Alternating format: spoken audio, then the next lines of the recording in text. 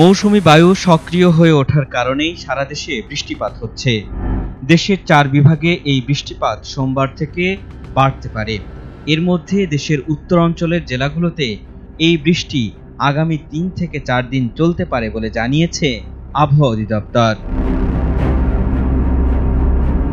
সোমবার আবহাওয়ার পূর্বাভাসে বলা হয়েছে, রংপুর, রাজশাহী, ঢাকা, ময়মনসিংহ ও সিলেট বিভাগের অধিকাংশ জায়গায় এবং খুলনা, বরিশাল ও চট্টগ্রাম বিভাগের অনেক জায়গায় অস্থায়ীভাবে দমকা হাওয়া সহ হালকা থেকে মাঝারি ধরনের বৃষ্টি অথবা বজ্রসহ বৃষ্টিপাত হতে পারে।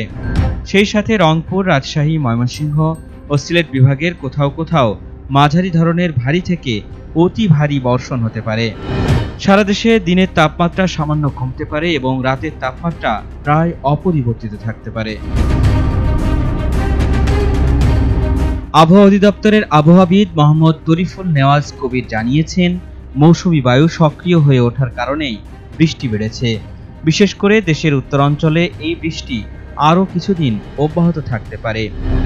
এদিকে উজান থেকে নেমে আসা পাহাড়ি ঢল ও কয়েকদিনের ভারী বৃষ্টিপাতে তিস্তা নদীর পানি আবারও বিপদসীমা অতিক্রম করেছে।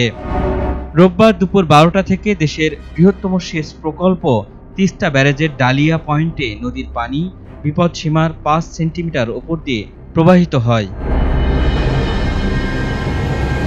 আগামী কয়েকদিনের জন্য দেওয়া আবহাওয়ার পূর্বাভাসে জানানো হয়েছে, আগামী মঙ্গলবার রংপুর, রাজশাহী, ঢাকা, ময়মনসিংহ ও সিলেট বিভাগের অধিকাংশ জায়গায় এবং খুলনা, বরিশাল ও চট্টগ্রাম বিভাগের বেশ কিছু জায়গায় অস্থায়ীভাবে দমকা হাওয়া সহ হালকা থেকে মাঝারি ধরনের বৃষ্টি অথবা বজ্রসহ বৃষ্টিপাত হতে পারে।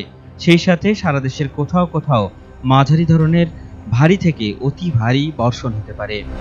সারা দেশে দিন এবং রাতের তাপমাত্রা প্রায় অপরিবর্তিত থাকতে পারে। আগামী বুধবারের আবহাওয়ার পূর্বাভাসে জানানো হয়েছে, ঢাকা, বরিশাল, চট্টগ্রাম ও সিলেট বিভাগের অধিকাংশ জায়গায় এবং রংপুর, রাজশাহী, ময়মনসিংহ, খুলনা বিভাগের অনেক জায়গায় অস্থায়ীভাবে দমকা হাওয়া সহ হালকা থেকে মাঝারি ধরনের বৃষ্টি অথবা বজ্রসহ বৃষ্টিপাত হতে পারে। সেই সাথে দেশের কোথাও কোথাও মাঝারি ধরনের ভারী থেকে অতি ভারী বর্ষণ হতে পারে।